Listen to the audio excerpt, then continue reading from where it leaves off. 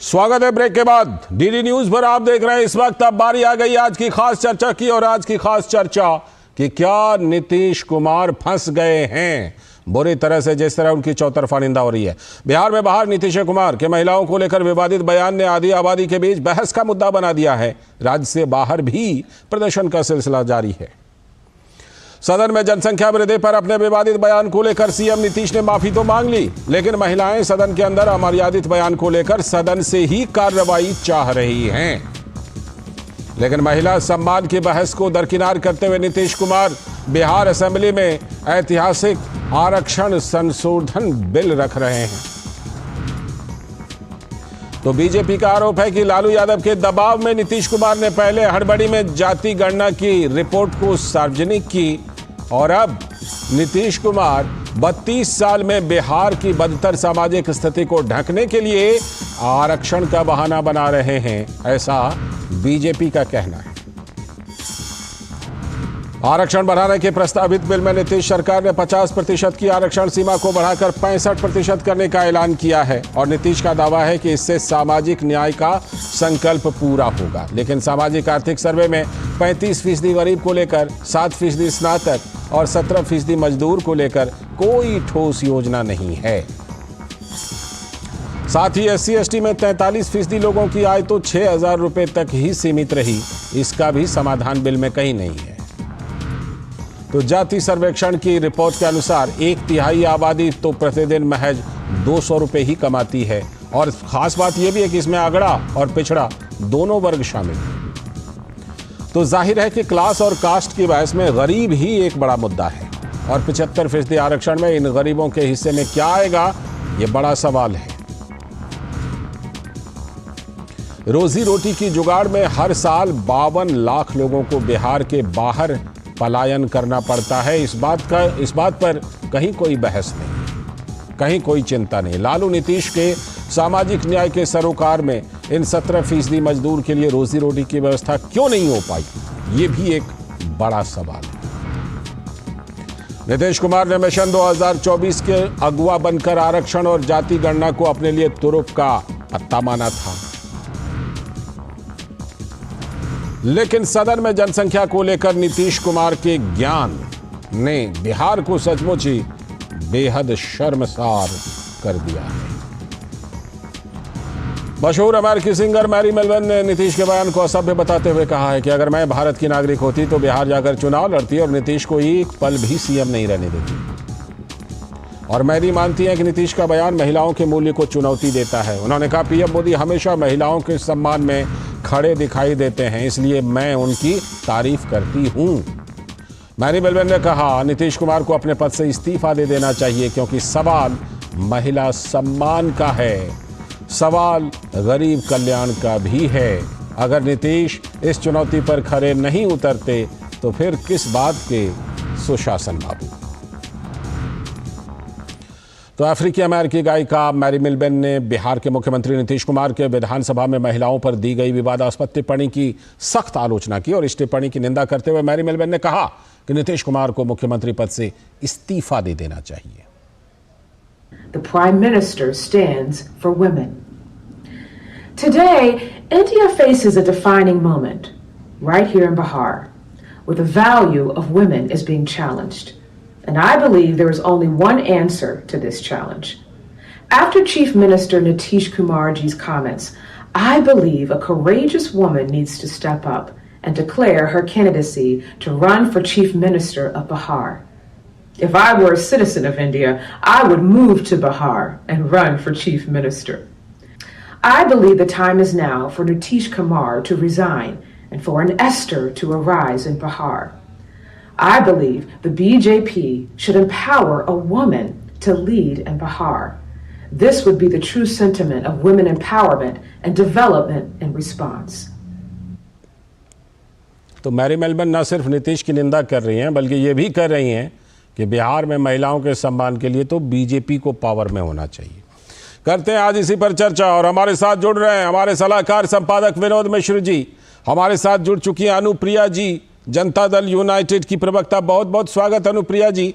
और हमारे साथ हो सकता है कि बीजेपी के प्रवक्ता भी कुछ देर में जुड़ेंगे, तो ज़रूर हम आपका परिचय उनसे करवाएंगे। फिलहाल मैं चर्चा को विस्तार देता हूं विनोद जी के जरिए। विनोद जी, जिस तरह से कि नीतीश कुमार जी की माफ़ी तो उन्होंने मांगी, लेकिन आपने माफ़ी के शब्द पर गौर किया होगा। अगर मेरे बयान से किसी को तकलीफ पहुंची है तो मैं अपने बयान की निंदा करता हूं। सवाल यह है कि जिस तरह का बयान उन्होंने दिया है, क्या उसमें भी अगर मगर की गुंजाइश है? और यह भी सवाल कि पहले जाति गणना की रिपोर्ट आई, लेकिन आपको लगता नहीं कि उस रिपोर्ट के बाद जब आर्थिक सामाजिक सर्वे की रिपोर्ट आई तो उसने नीतीश कुमार के दावों की पोल खोल करके रख दी है, और वो फिलहाल दो तरफा मुश्किलों में, चाहे जाति की बात हो या फिर जनसंख्या की बात हो, उनके लिए यह कहा जा सकता है कि यह बुरा दौर है उनका, क्या नीतीश जी का? लाल जी, मैं आपके जवाब पे आऊं उससे पहले एक ताज़ा खबर आपको दूं कि बिहार विधानसभा ने सर्वसम्मति से जो आरक्षण संशोधन बिल रखा गया था उसको पास कर दिया है। ठीक है। उसमें जेडीयू आरजेडी के सहित महागठबंधन के उनके अपनी इकाई जो है उनके साथ साथ बीजेपी का भी समर्थन है।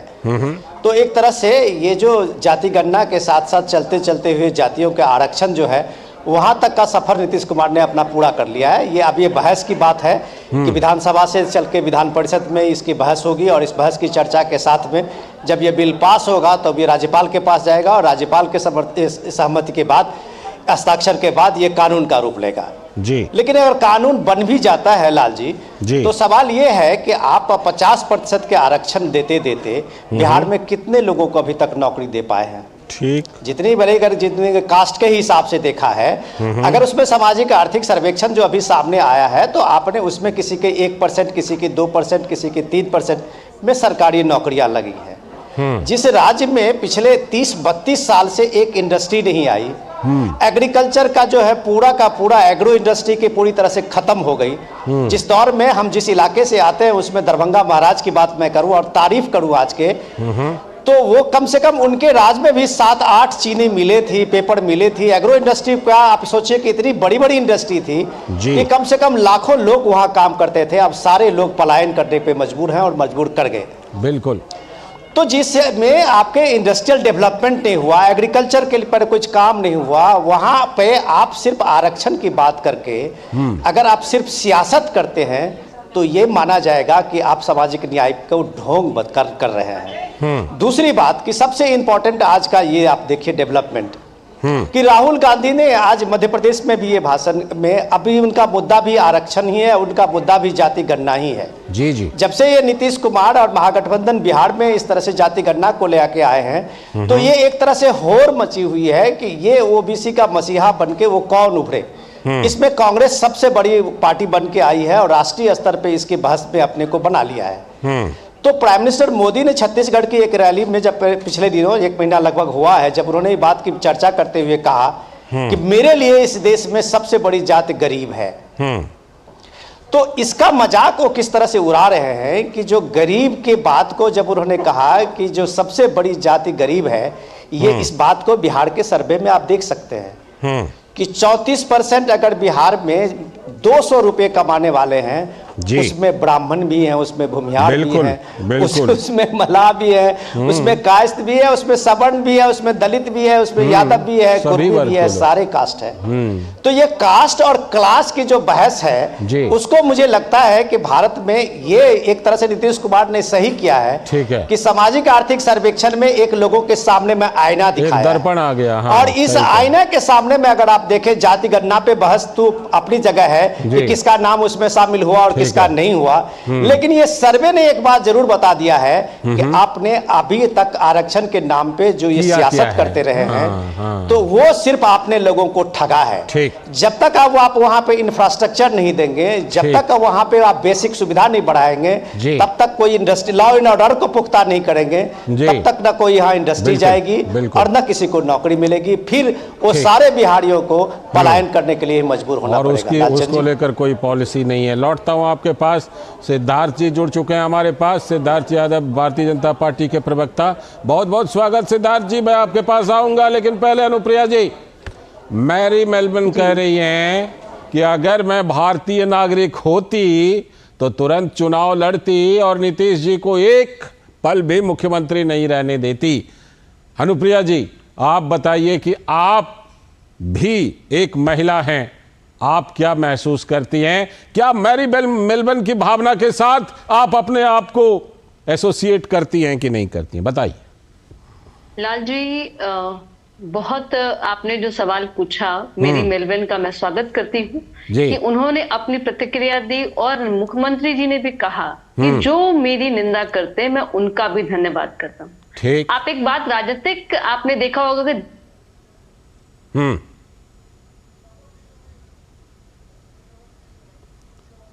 अनुप्रिया जी की आवाज हम तक फिलहाल नहीं पहुंच रही है, तो मैं इस बीच में सिद्धार्थ जी के पास चलता हूं। सिद्धार्थ जी, आप तक आवाज आ रही है? तो फिलहाल विनोद जी, मैं आपसे चर्चा को बढ़ाता हूं। जिस तरह से अनुप्रिया जी कह रही हैं कि वो स्वागत करती हैं बयान का, नीतीश कुमार ने भी बयान का स्वागत किया है विनोद जी, लेकिन सवाल यह है कि ये किस तरह की माफी और किस तरह का स्वागत है? मेरी आवाज आ रही है लाल जी? अनुप्रिया जी, हेलो जी, अब आपकी आवाज आ रही है, आप अपनी बात पूरी कीजिए अनुप्रिया जी। मैं शुरू से आप सुन पा रहे थे मुझे? हाँ, पहले बिल्कुल, पहले हमने आपकी पूरी बात सुनी, बीच में थोड़ा सा डिस्कनेक्ट हो गया था, बात पूरी कीजिए।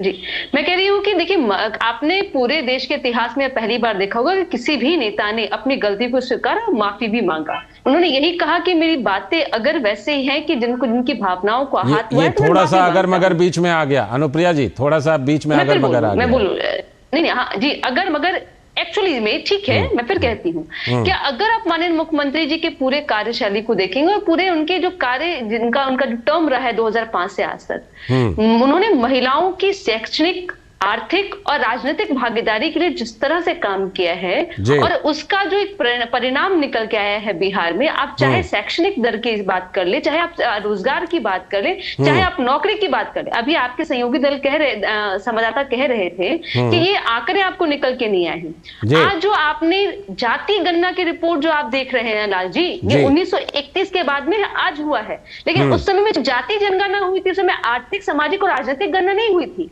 इसलिए हमारे पास वो डेटा नहीं है कि जिससे आपको बता सकूं कि पहले बिहार की स्थिति क्या थी और बिहार की स्थिति क्या है। ठीक है। 1931 में बिहार जब था, उसमें कई दो राज्य और हमारे साथ में थी, लेकिन जब आप बिहार की अपनी मैं कहती हूँ भौगोलिक और सामाजिक परिवेश को देखेंगे तो दो राज्यों के अलग होने से हम लोग प्राकृतिक जो हम कहते हैं बेनिफिट हमारे पास में होनी चाहिए थी, वो हमारे पास में नहीं है। लेकिन हम सीमित संसाधनों के बावजूद हमने लगातार प्रयास किया है। लेकिन मैं दो बातें यहाँ पे इंक्लूड कर दूंगी, मतलब दो बातें एक सेकंड में लेना चाहूंगी कि 2006 में बिहार पहला राज्य था जिसने सवर्णों को, आर्थिक रूप से कमजोर स्वर्ण जातियों को 3% आरक्षण की बात की थी। आज ये देश में 10% है। दूसरी बात, बिहार पहला राज्य था जो 35% रिजर्वेशंस महिलाओं को, मैं कहती हूँ किसी जाति को नहीं, हर एक वर्ग की महिलाओं को मिला के 35% रिजर्वेशन किसी भी नौकरी में बिहार में कि आप महिलाओं को आरक्षण दें, क्योंकि महिला ऑलरेडी पिछड़ी है, जिनकी स्थिति जो है पूरे देश में मैं कहती हूँ कि एक ऑब्जेक्ट के रूप में, घरेलू वस्तु के रूप में इस्तेमाल किया जाता था। तो उनका मंशा यही था कि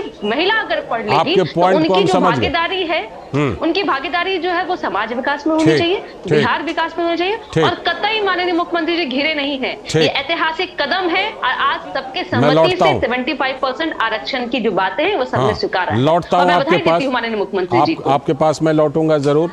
आपने जो रिपोर्ट है, जो डेटा है, उसके कलेक्शन की बात कही, लेकिन वो डेटा क्या कहता है, उस डेटा को कलेक्ट करके आप जो प्रावधान करने जा रहे हैं उसमें आप क्या करने वाले हैं, क्या चिंताओं का समाधान है, इस पर मैं बात करूंगा आपसे। लेकिन पहले सिद्धार्थ जी के पास। सिद्धार्थ जी, अभी जब विनोद जी हमें अपडेट दे रहे थे तो उन्होंने हमें अपडेट दिया कि बिहार विधानसभा ने आरक्षण की सीमा को बढ़ाने का प्रस्ताव पास किया, जिसमें कि भारतीय जनता पार्टी के विधायक भी उनके साथ रहे। ठीक, अब मुझे जरा ये बताइए कि क्या इस मामले को लेकर के, ये जो आरक्षण बढ़ाने का मामला है, जातिगत जनगणना का मामला है, सामाजिक आर्थिक सर्वे की रिपोर्ट है, इस पर आपकी पॉलिसी आगे चल करके क्या रहने वाली है? देखिए, इसमें दो बातें हैं। सबसे पहली बात तो जो आरक्षण को लेकर के प्रस्ताव आया, उसमें हमारे बिहार प्रदेश के प्रदेश अध्यक्ष ने बिल्कुल स्पष्ट किया कि जो पिछड़ों को जो प्रस्ताव, जो बिल आना चाहिए था, उसमें और अधिक सरकार को देना चाहिए था। इतना तो दिया, हम तो और अधिक की बात करते हैं। 65 से भी ज्यादा बिल्कुल। और इसमें इस बिल में खामियां हैं, उसके बावजूद हम इसका समर्थन करते हैं कि आपने इतना दिया, ये इतना ठीक है। ठीक है। अब जो बात सर्वेक्षण की है, वो तो बहुत प्रश्न उठाती है। जिस प्रकार का एक सर्वे किया गया, उन सर्वे के अंदर आज जो बात शुरुआत से भारतीय जनता पार्टी और हमारा शीर्ष नेतृत्व कह रहा है कि हमारे लिए तो एक ही जाति है, वो है गरीब जाति। गरीबों के लिए सरकार ने क्या किया?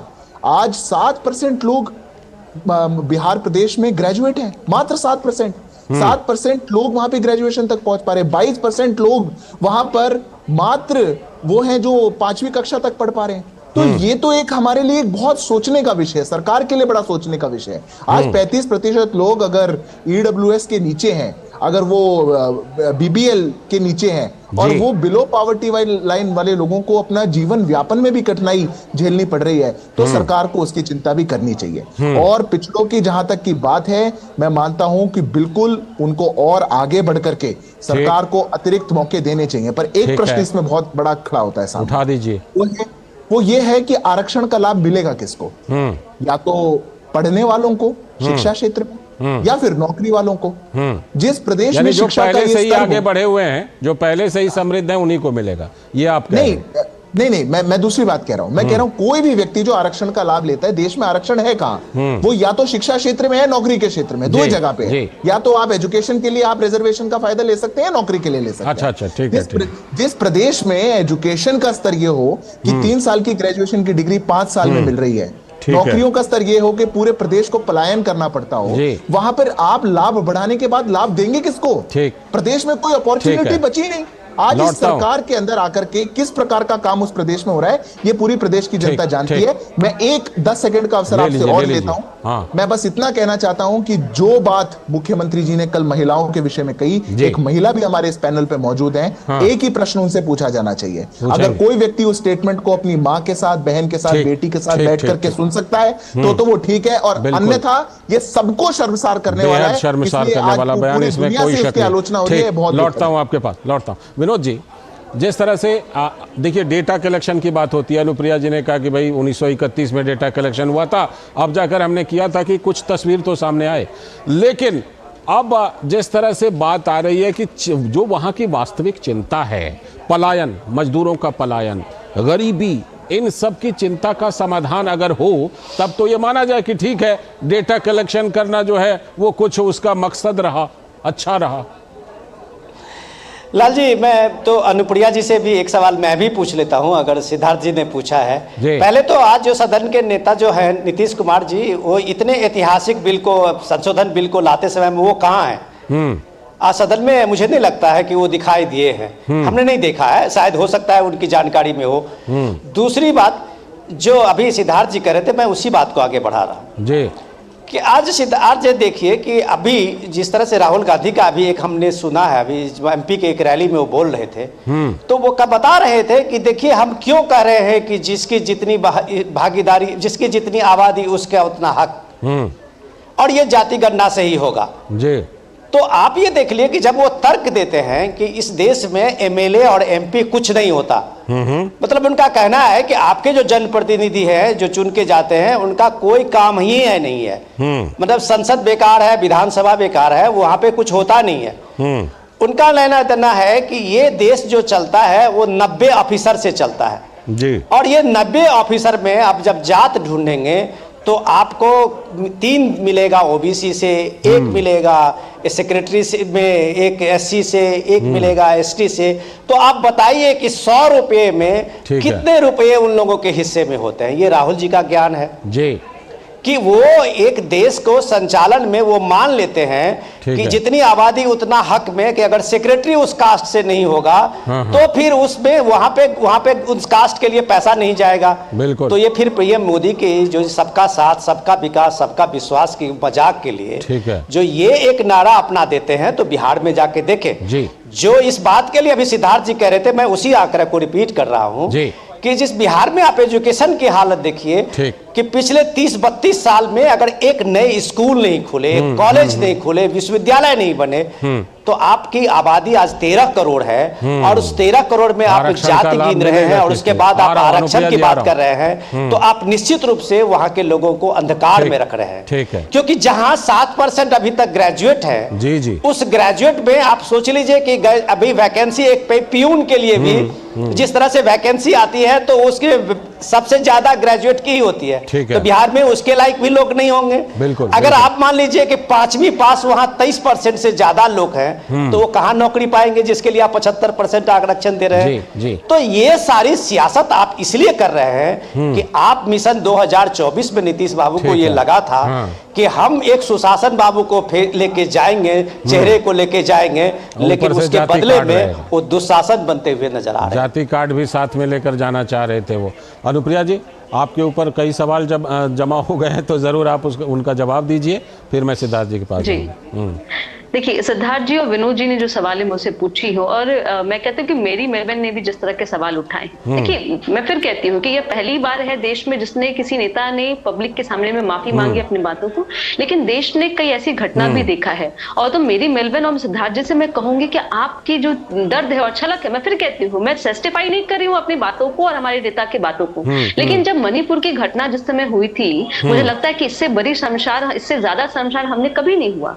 और जिस तरह से भाजपा के जो एमपी है, अंतर है, नहीं नहीं नहीं, ठीक है, विधानसभा ठीक है, के अंदर एक आप- मुख्यमंत्री बयान मैं दे। अपनी, ठीक है, हाँ। नहीं लाल जी, मैं बताऊं, आप आपने एमपी जो ब्रिजभूषण है उनके भी आपने करतूतों को, उनके बॉडी लैंग्वेज को, उनके बिहेवियर्स को सभी चैनलों ने दिखाया कि किस तरह से महिलाओं के साथ में उन्होंने दुर्व्यवहार किया, कि पुलिस उस पर कार्रवाई नहीं करती है। सुप्रीम कोर्ट ने संज्ञान लिया, जब पत्रकार उनसे मिलने जाती है उनके माइक को फेंक देते हैं। तो देखिए, जो नजरिया है महिलाओं के प्रति, और मुझे बहुत दुख होता है कि जब प्रधानमंत्री मोदी जी अच्छा, को तो आप कल मध्य ब्रिजभूषण प्रदेश का में उदाहरण बिहार दे के- रही हैं इस नहीं, मामले मैं में। फिर कह रही हूँ, नहीं मैं फिर कह रही हूँ, मैं जस्टिफाई नहीं कह रही हूँ, हमने अपनी गलतियों को माफी भी मांग करके और जनता के बीच में, जनता ने दोनों बातों को समझा, ठीक, दोनों बातों ठीक। को देखा है कि मुख्यमंत्री जी ने कहा और उनके बाद माफी मांगा। ठीक। लेकिन दूसरी बात, यहाँ पे आपके सहयोगी विनोद जी कह रहे थे कि बिहार में नई यूनिवर्सिटीज नहीं खुली है। मैं थोड़ा आपको कहूंगी, आप क्रॉस चेक कर लीजिए, आप बिहार आ जाइए, कई ऐसे, मैं पटना में रहती हूँ जहाँ पे अभी 3 से 4 नए विश्वविद्यालय के पूरे है कहाँ वो विश्वविद्यालय? पेपर में? नहीं, आप आ जाइए। नहीं सर,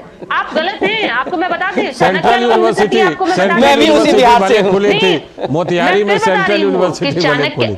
हाँ, नहीं, सेंट्रल यूनिवर्सिटी नहीं है, शायद वो पटना में। विनोद जी अगर पटना में कभी आए तो मैं कहूंगी कि आप चलिए हमारे साथ में, ठीक है। मैं आपको नाम बता कागज दीजिए, नहीं, अनुप्रिया जी, मैं नाम आपको बता structure दीजिए। दिखा दूं। अच्छा, मैं ये चाणक्य सिद्धार्थ जी यूनिवर्सिटी करें, में नाम बता दीजिए आपको। यूनिवर्सिटी मैं बता का। रही हूँ आपको, मैं बता रही हूँ, चाणक्य यूनिवर्सिटी में बता रही हूँ, और कई ऐसे यूनिवर्सिटीज हैं। आप बिहार में नालंदा विश्वविद्यालय। यूनिवर्सिटी, पाटलिपुत्र यूनिवर्सिटी आपने सुना था? विनोद जी, है। आप बिहार से हैं, आपको ठीक बताइए है, कब बना है अगली बार पाटलिपुत्र विनोद जी यूनिवर्सिटी? पटना जाएंगे तो जरूर गए- देखने जाएंगे और जाएंगे। मैं उस विश्वविद्यालय में जरूर सिद्धार्थ जाऊंगा। जी, बिल्कुल, सिद्धार्थ जी, मैं चाहूंगी ठीक। लाल जी एक दिन इस विषय पे हम लोग चर्चा कर ले, और करेंगे, इससे मैं आपको करेंगे, सारे जरूर यूनिवर्सिटीज करेंगे, के डेटा करेंगे। को मैं आपको मैं लौटता हूं। लाल जी, देखिए, आप कोई सिद्धार्थ काउंटर जी, करना चाहते हैं लेकिन सिद्धार्थ जी जल्दी से? लेकिन मैं लाल जी सिद्धार्थ बस एक ही बात कहना चाहता हूं। हाँ, सिद्धार्थ अभी जी, अनुप्रिया जी जब मेरी बात आपसे कह रही गुजारिश थी यही तो है कि अनुप्रिया जिस तरह से अनुप्रिया एक आपने बार सुनिए, मैं कुछ कह रहा हूं, आप उसके बाद कह मेरी लीजिएगा। बातों को आपने पूरा अच्छा, करने दिया नहीं, मैं अपनी वो बातों 10 को सेकंड में रखूं पूरा फिर करिए, फिर आप बोल दीजिएगा। बोलिए अनुप्रिया जी, देखिए बोलिए। सिद्धार्थ जी, ठीक है, आपने बहुत ही थपथपाई पीट की बिहार भाजपा के जितने भी लोग हैं, उन्होंने कहा कि और बढ़ के देना चाहिए था ओबीसी को आरक्षण। तो मैं आपसे यही उम्मीद करती हूँ कि बिहार अपने आर्थिक जितनी भी बल है उसके हिसाब से कार्य करिए। बिहार की जनता और बिहार की सरकार यह कहती है कि इनकी अब सरकार सिद्धार्थ है, जी का हमें काउंटर। विशेष का दर्जा दीजिए